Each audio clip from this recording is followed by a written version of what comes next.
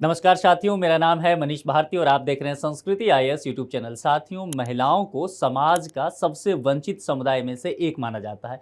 इसीलिए भारतीय संविधान ने, भारतीय न्याय प्रणाली ने, कानून व्यवस्था ने, विधि निर्माताओं ने महिलाओं को ऐसे कानून दिए हैं जिससे उनका उत्पीड़न रुक सके, उन्हें प्रताड़ित ना किया जा सके। लेकिन क्या यह संभव है? उन्हीं कानूनों का कभी दुरुपयोग हो सकता है? जी बिल्कुल, ये संभव हो सकता है, क्योंकि कई ऐसे मसले आए हैं, कई ऐसा रिपोर्ट आया है, कई हाई कोर्ट का ऐसा कहना है और अभी सुप्रीम कोर्ट ने भी इस मामले को लेकर के कुछ कहा है। तो इन सब मुद्दों पर हम विस्तार से चर्चा करने वाले हैं। आज जो हमारे चर्चा का मुख्य बिंदु रहने वाला है वह है आईपीसी धारा 498 ए के तहत एक मामला आया था। ध्यान रखिए, अब जो है आईपीसी, अब नया कानून आ गया है इसके जगह पर, लेकिन ये मामला चूंकि पुराना था तो वहीं से मामला चलता हुआ आएगा, इसीलिए हम उसी की चर्चा करेंगे। 498 ए की बात कर रहा हूं।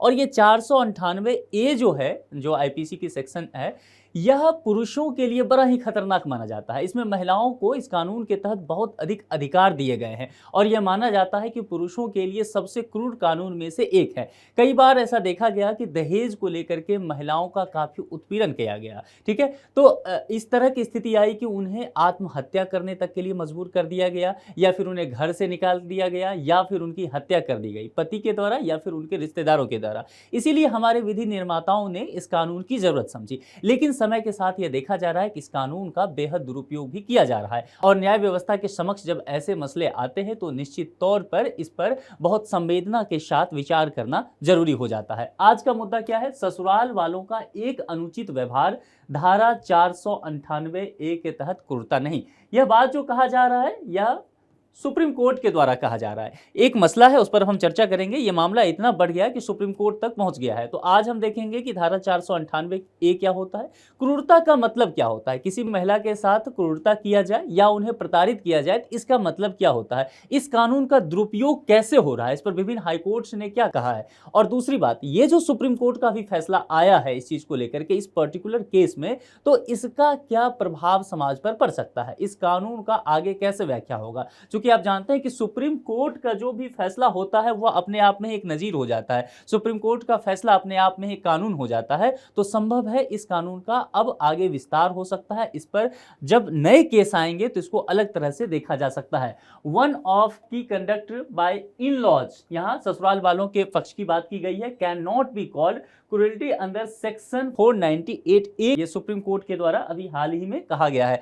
दरअसल सुप्रीम कोर्ट में, इसको पूरी कहानी को समझ लीजिए ताकि इस मुद्दे को आप समझ सके। सुप्रीम कोर्ट में कर्नाटक की एक महिला पहुंचती है और वह महिला कहती है, याचिका डालती है सुप्रीम कोर्ट में कि मेरी भाभी ने मेरे ऊपर कुछ आरोप लगाए। ध्यान रखना है, मेरी भाभी यानी कि उनकी भाई की पत्नी। अब क्या क्या आरोप लगाए हैं उसको समझ लीजिए। उन्होंने कहा कि मेरी भाभी ने ये आरोप लगाया है मुझ पर कि मैंने उनके साथ अनुचित व्यवहार किया, गलत भाषा का इस्तेमाल किया, कुछ उनके निजी सामान थे जिसको मैंने कूड़ेदान में फेंक दिया, और इन सब चीज़ों के आधार पर वह मुझ पर मामला दर्ज कराई है।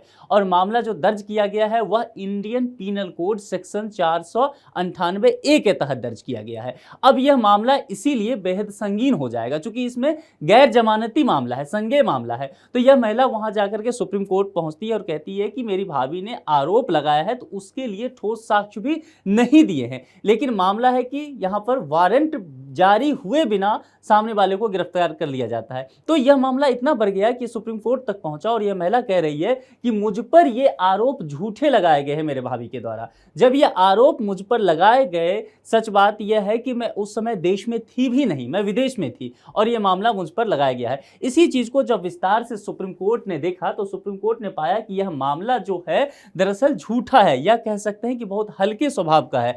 तो प्रकृति में यह मामला हल्का है, इसीलिए इतना बड़ा कानून इस पर नहीं लगाया जा सकता 498। चूंकि जैसा मैंने कहा कि यह संज्ञेय है और गैर जमानती है, इसमें वारंट देने की भी जरूरत नहीं है, पुलिस को गिरफ्तार कर लिया जाएगा सामने वाले पक्ष को। तो इसलिए सुप्रीम कोर्ट के लिए बेहद सिरदर्द का मामला हो गया है कि इस मसले को किस तरह से देखा जाए। चूंकि मामला दर्ज ही हुआ है 498 के तहत, लेकिन जब सुप्रीम कोर्ट ने पाया कि कोई ठोस आधार नहीं दिया गया है, सबूत पेश नहीं किया गया है, सिर्फ आरोप लगा दिया गया है, साथ ही जब आरोप लगाया गया है वह महिला वहां इस देश में ही नहीं है बल्कि, तो इसीलिए इस मुद्दे को खारिज कर दिया गया। सुप्रीम कोर्ट ने कहा कि यह मामला जो इन पर केस लगाया गया है इसको खारिज कर दिया जाए और क्रूरता का कोई विशेष ब्यौरा नहीं है, इसीलिए, और साथ ही वो महिला उस वक्त उनके साथ घर में रह भी नहीं रही थी, इसलिए सुप्रीम कोर्ट ने कहा इस चीज को आप खारिज कर दीजिए। साथ ही सुप्रीम कोर्ट ने पाया कि उनके भाई का जो है जब शादी हुआ था उस महिला के साथ तो तलाक हो चुका है और वह 2022 में ही तलाक हो चुका था, इसलिए आरोप को अस्पष्ट और सामान्य प्रकृति का बताया गया। ठीक है, तो सुप्रीम कोर्ट ने इस मसले पर कहा कि एक बुरे व्यवहार को आधार मानते हुए आप आईपीसी 490A नहीं लगा सकते हैं। यह तो मामला हो गया यहां पर। अब आगे बढ़ते हैं कि सुप्रीम कोर्ट का जो ये निर्णय है, करंट अफेयर्स इतना ही था, करंट अफेयर्स खत्म। अब यहां से हम बेसिक में आ गए। ठीक है, अब यहां पर समझिए कि ये सुप्रीम कोर्ट का जो निर्णय तो आ गया इस मुद्दे पर, लेकिन मैंने पहले क्या कहा था, ये 498A जो दिया गया था यह किनके लिए दिया गया था? क्योंकि कोई विवाहित महिलाएं जो है वह प्रताड़ित ना हो, उनके साथ क्रूरतापूर्वक व्यवहार ना किया जाए, इस कानून का उद्देश्य ही यही था। तो जब यह आरोप लगाया गया उसके भाभी के द्वारा उस महिला पर, लेकिन सुप्रीम कोर्ट ने कहा कि यह प्रकृति भेद सामान्य है, ठोस आधार नहीं है, इसीलिए इसके तहत मामला दर्ज नहीं होगा और खारिज कर दिया। तो क्या इसका प्रभाव भारत में आने वाले समय में जो महिलाएं अपने ऊपर दहेज उत्पीड़न का आरोप लगाएंगी उस पर पड़ेगा?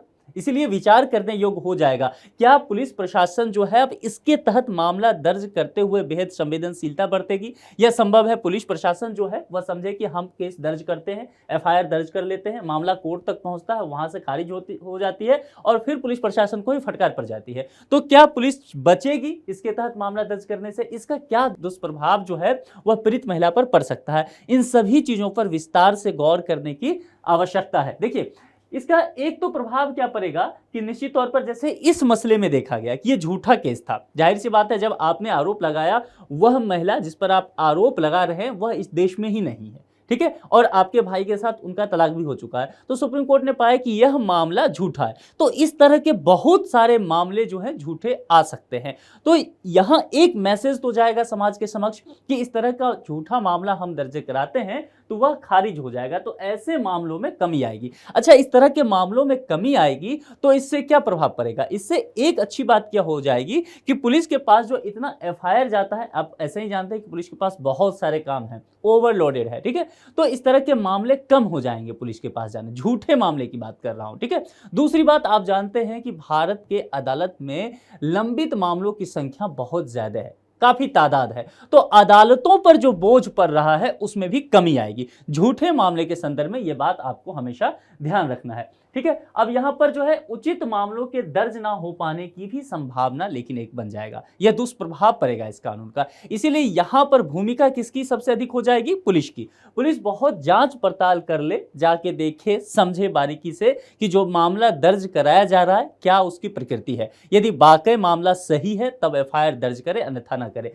तो यहां पर पुलिस अपने विवेक के आधार पर आप काम करते हुए नजर आएगी। ठीक है, इसीलिए यह मसला थोड़ा सा संवेदनशील हो जाता है। एक चीज तो आएगा कि पारिवारिक विवादों में कमी भी आ सकती है, क्योंकि देखिए आजकल क्या हो रहा है कि थोड़ा सा भी मसला होता है, लोगों के पास कानून का अधिकार है तो लोग कहते हैं चलो अब तुम्हें हम अदालत में देखेंगे। ठीक है, और छोटे छोटे मसलों को लेकर के लोग अदालत पहुंच जाते हैं। तो यहां पर क्या हो जाता है, फिर पारिवारिक विवाद बढ़ जाता है और इससे वैवाहिक व्यवस्था जो परिवार का बना हुआ है उसमें बिखराव आता है, वह टूट सा जाता है। ठीक है, तो इन सब चीजों में थोड़ी सी कमी आ सकती है, लोग संवेदनशीलता से इन चीजों को विचार करें, जैसा कि सुप्रीम कोर्ट ने इस मसले में भी कहा। कर्नाटक वाली महिला की याचिका पर विचार करते हुए सुप्रीम कोर्ट ने कहा कि यह मामला जो है बेहद छोटे स्तर का है, इसकी प्रकृति इतनी बड़ी नहीं है इस केस का कि 498A लगा दिया जाए, यानी कि छोटा मोटा विवाद हो जाए तो आप उसको क्रूरता से जोड़ करके ना देखें, आप उसे ये ना देखें कि आपको दहेज के लिए प्रताड़ित किया गया। ठीक है, तो यहां पर पारिवारिक विवादों में कमी आ सकता है। दूसरी एक बात आप समझ लीजिए, धारा 498A से संबंधित जो है आतंक में कमी आ जाएगी। दरअसल इसे सबसे पहले जो है कोलकाता हाईकोर्ट ने इसे लीगल टेरर कहा था। किसने कहा था? कोलकाता हाईकोर्ट ने। उसने कहा कि यह कानून जो है दरअसल अपने आप में कानूनी आतंक का रूप ले लिया है पुरुषों के खिलाफ। समझ लीजिए, महिलाओं को ये एक हथियार देता है कि महिलाओं को किसी भी बात पे नाराजगी पुरुष से होती है, अपनी पति से होती है, पति के परिवार वालों से, रिश्तेदारों से होती है, तो ये 498A का इस्तेमाल करते हुए उन सभी को अभियुक्त बना देती है। ठीक है, तो इसीलिए ये लीगल टेरर का रूप दिया गया था, उस वक्त कहा था कोलकाता हाईकोर्ट ने इस मामले पे। तो यहां पर इसमें भी कमी आते हुई नजर आएगी। ठीक है, अदालतों का, जैसे मैंने पहले कहा कि इस तरह के मामले कम आएंगे तो अदालतों का बोझ भी थोड़ा सा कम हो जाएगा।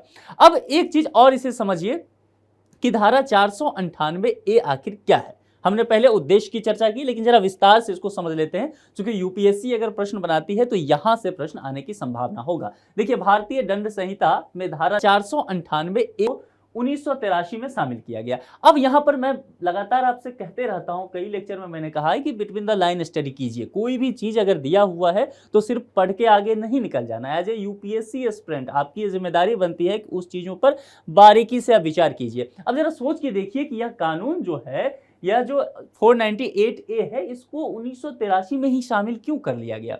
क्योंकि देखा गया 1983 की अगर सामाजिक व्यवस्था का अध्ययन करेंगे, उस समय क्या हुआ था, महिलाओं के खिलाफ काफी क्रूरता के केस आने लगे थे। दहेज का बोलबाला समाज में काफी हो गया था और दहेज के वजह से देखा गया कि महिलाओं को काफी प्रताड़ित किया जा रहा था। इसीलिए एक कानून की जरूरत थी जो महिलाओं को सुरक्षा प्रदान करे, जो कवच दे उनको, कि अगर यदि उनको ससुराल में प्रताड़ित किया जाता है तो वह अपने पति या उसके रिश्तेदारों को अभियुक्त बना सके। तो इसीलिए 1983 में इस तरह के मामले काफी बढ़ते हुए नजर आए थे। ठीक है, ये 80 के दशक 90 के दशक में इस तरह की चीजें देखी गई थी, इसीलिए उस वक्त इस कानून की आवश्यकता पड़ी थी। जैसा इसका उद्देश्य मैंने पहले भी बताया कि विवाहित महिलाओं को घरेलू हिंसा से बचाना इसका उद्देश्य रखा गया था। पति या उसके रिश्तेदार पत्नी को उत्पीड़न का निशाना बनाते हैं तो उन्हें 3 साल की सजा हो सकती है, इसके तहत कहा गया था। इसके तहत समझ लीजिए सबसे बड़ा मसला जो देखा गया है वह है दहेज को लेकर के। ठीक है, जब भी इस तरह के प्रश्न आए, कहीं आंसर राइटिंग लिखना हो, तो क्रूरता का हम अभी व्याख्या करेंगे, आपको प्रताड़ित करना भी बताएंगे क्या होता है कानून की भाषा में। लेकिन यह मसला जो है 498A, इसका सबसे अधिक इस्तेमाल दहेज के मामलों में हुआ है। इसका उद्देश्य भी देखेंगे, विवाहित महिलाओं को घरेलू हिंसा। तो घरेलू हिंसा विवाहित महिलाओं को जो होता है उसका एक बड़ा वजह जो माना जाता है वह दहेज ही माना जाता है, जिसको इस संदर्भ में पढ़ना है। चलिए, दूसरा मैंने शुरू में ही कहा था, ये संज्ञेय है और गैर जमानती है। इसमें जमानत नहीं मिलेगा और यहां पर बिना वारंट दिए हुए भी व्यक्ति को गिरफ्तार किया जा सकता है। यही मसला लेकर के अभी यह महिला सुप्रीम कोर्ट पहुंची थी। यह कानून सिर्फ दहेज से जुड़े मामलों में ही सुरक्षा नहीं देता, बल्कि इसके अलावा जो है क्रूरता से भी बचाव करता है। अब ये मसला हम यहां पर देखेंगे कि क्रूरता होता क्या है। ठीक है, हमने अभी तक इस पर चर्चा किया, तो किस तरह से इसको डिफाइंड किया जाएगा उसे समझ लीजिए। क्रूरता भी देख लीजिए और उत्पीड़न क्या होता है, प्रताड़ित करना क्या होता है, इसे समझिए। देखिए, कुछ चीजें यदि जानबूझ करके की जाती है, अब क्या क्या चीजें हैं उसे समझिए, जिसकी वजह से कोई महिला खुदकुशी करने की हालत तक पहुंच जाती है या उसे गंभीर चोट भी लगता है, यानी कि आप उसे आत्महत्या करने के लिए उकसाते हैं, मतलब उसके पति या उसके परिवार वाले, उसके रिश्तेदार, या वह महिला यह साबित कर देती है कि उसके जान को खतरा है या उसके किसी अंग को भी खतरा है, तब भी ऐसे हालात हो सकते हैं। उसके शारीरिक या मानसिक सेहत पर कोई भी खतरा हो, यह बात वो दर्ज कराती है, तब भी यह क्रूरता का मसला माना जाएगा।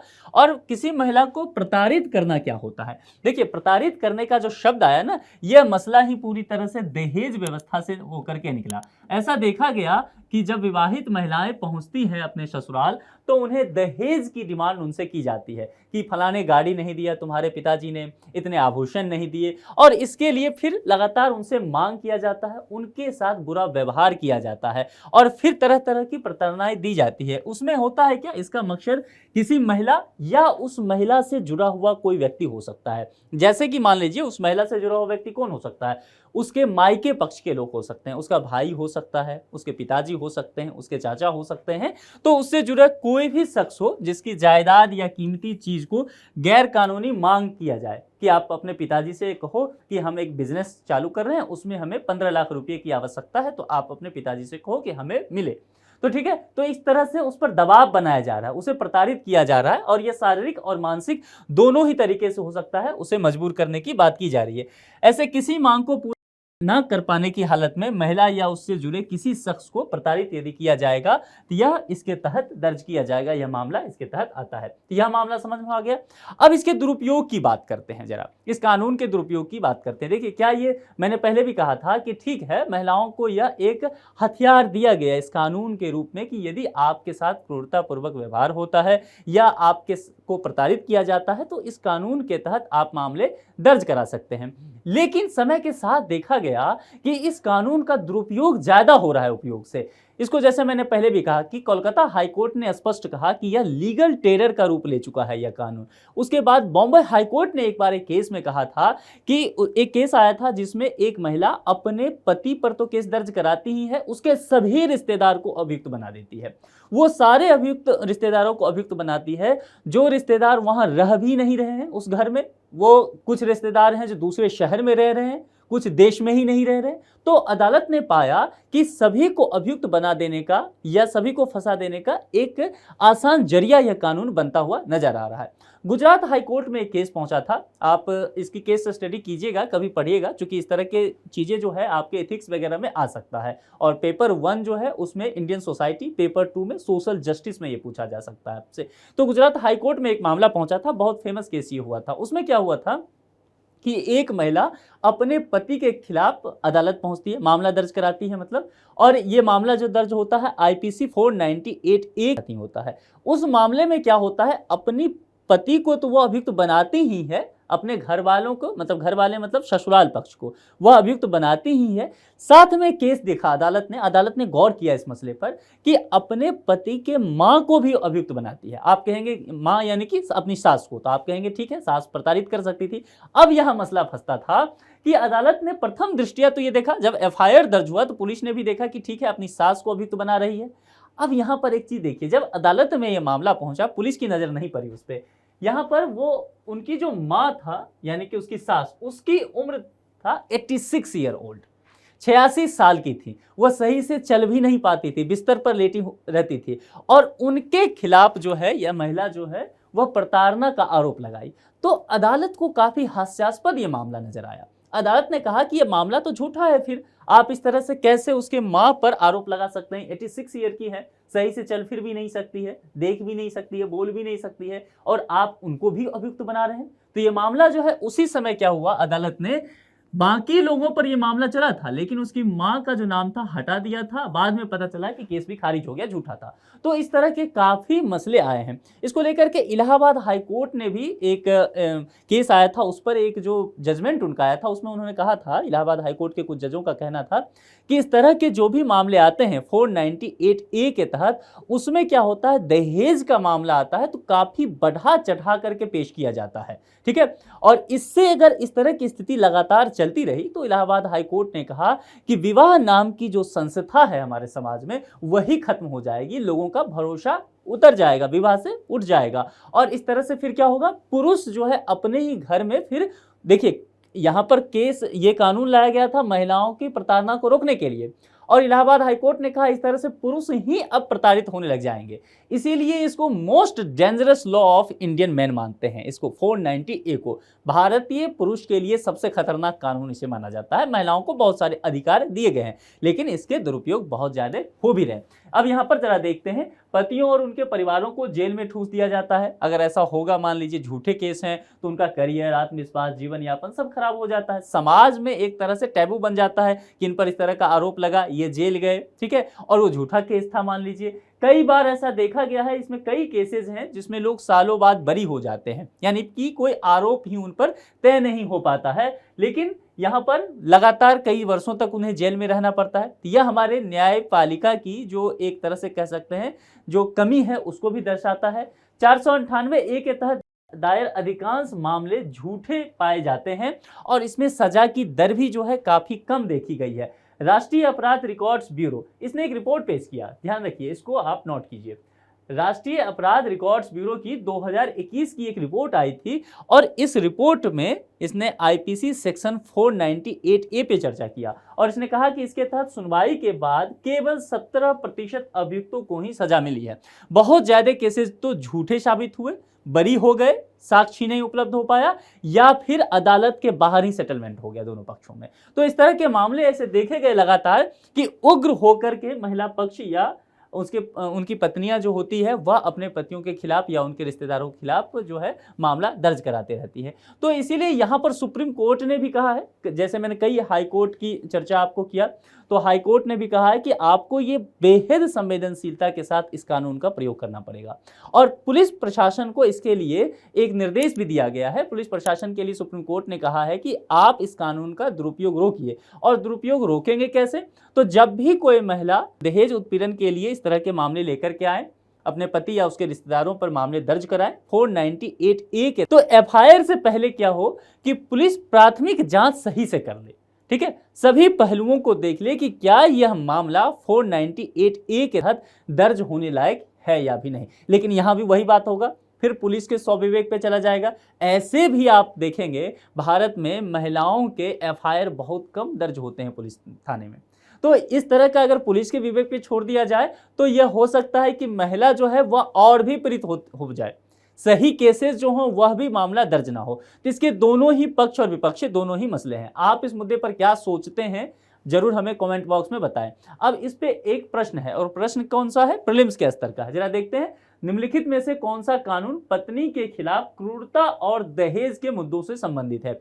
4 विकल्प दिया गया है। भारतीय दंड संहिता की धारा 498, दंड प्रक्रिया संहिता की धारा 498, भारतीय संविधान की धारा 498, भारतीय दंड संहिता की धारा 490। चारों में से कोई एक विकल्प ही सही होगा। जो भी विकल्प आपको सही लगे उसका चयन करके आप कमेंट बॉक्स में जरूर लिखें।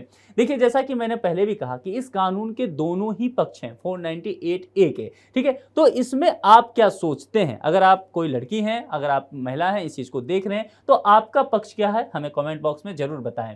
पुरुष कोई देख रहे हैं तो जाहिर सी बात है उनका अलग पक्ष होगा, ठीक है। वह क्या सोचते हैं इस मुद्दों पर वह जरूर बताएं। कुल मिलाकर के यह कानून किस तरह से महिलाओं को हथियार देता है, या फिर यह पुरुष के लिए प्रताड़ना का एक वजह बन गया है? आप अपने विचार कमेंट बॉक्स में जरूर लिखें। यदि अभी तक आपने संस्कृति आईएएस के चैनल को सब्सक्राइब नहीं किया है तो सब्सक्राइब जरूर कर लें। यहाँ आपको सभी करंट अफेयर से ज्वलंत मुद्दे जो हैं जानने समझने का मौका मिलेगा। इस लेक्चर में इतना ही रखते हैं। किसी दूसरे लेक्चर में किसी दूसरे मुद्दे के साथ आपसे मुलाकात होगी। अपना ख्याल रखिए। Thank you.